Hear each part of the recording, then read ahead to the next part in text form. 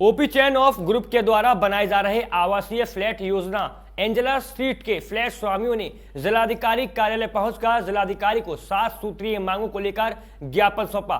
Flat स्वामी सौरभ ने अधिकारियों को अपनी समस्या बताते हुए कहा कि ओपी चैन ऑफ ग्रुप के द्वारा फ्लैट बुक कराते समय जिस सुविधाओं को देने की बात की गई थी वह सुविधा अब तक उन्हें नहीं दी गई है।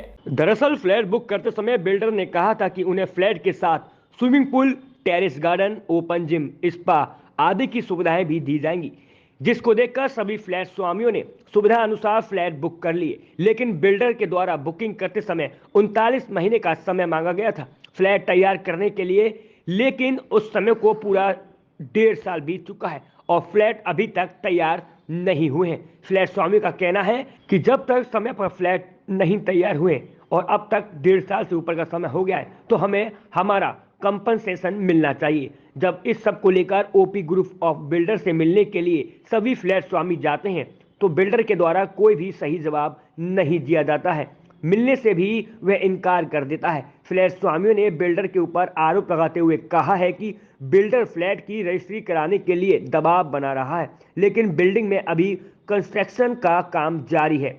यहाँ तक कि अभी कई फ्लैट बनकर तैयार भी नहीं हुए हैं।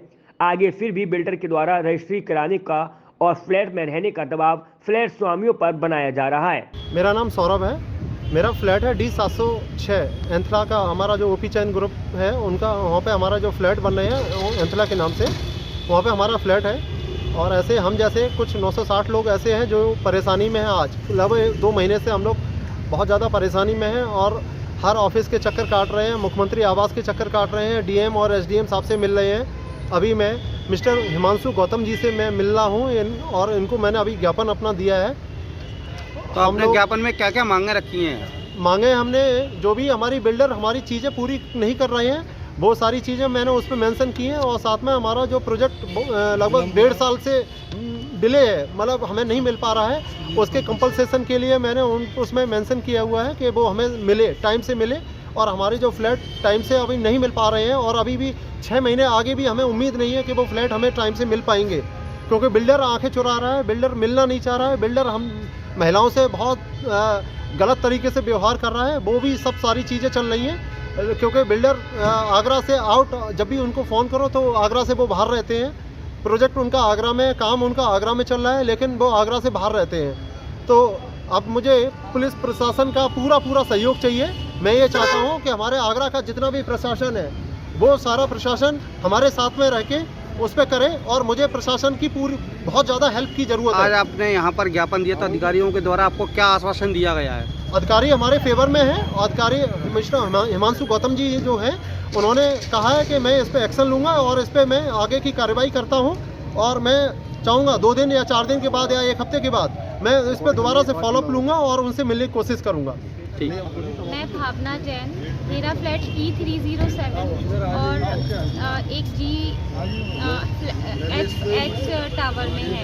तो उसमें इन्होंने पजेशन नहीं दिया, पजेशन लेटर भेज दिया है, लेकिन अब हम रजिस्ट्री कराने के लिए जा रहे हैं तो उन्होंने जब लास्ट मोमेंट पे ये सारी डिनाई कर दी है कि जितनी भी फैसिलिटी है वो हम अब नहीं दे पाएंगे क्योंकि ऊपर की तरफ से मना हो गई है। आपको पजेशन लेटर दिया लेकिन आपका फ्लैट रहने लायक स्थिति में है क्या? नहीं, अभी उसमें काम ही नहीं हुआ है कुछ भी, ना लिफ्ट का काम हुआ है, ना इंटीरियर है, दरवाजे तक तो लगाए नहीं है। अब बताइए पजेशन लेटर के बिहाफ पे हम कैसे रखें? जो आपने जब फ्लैट बुक किए थे बिल्डर के द्वारा जो सुविधाएं देने की बात की थी उसमें सारी सुविधाएं आपको दी जा रही है या नहीं? नहीं है। और जब बात करने के लिए उनसे कहा जाता है बिल्डर से तो वो मना कर देते हैं मिलने से और बिल्कुल ही हर चीज़ के लिए मना कर देते हैं कि नहीं, ये चीज़ अब ऊपर से अलाउड नहीं है बनना और ये चीज़ हम नहीं बनवा सकते हैं। तो अब आप ऐसे में क्या चाहते हैं कि अपना कंपनसेशन मांग कर रहे हैं? क्या है? हमें या तो जो हमसे ये 50,000 या 1 लाख रुपीज़ का जो अमाउंट स्टार्टिंग में लिया गया था उसकी कोई रिसीविंग नहीं दी गई है। और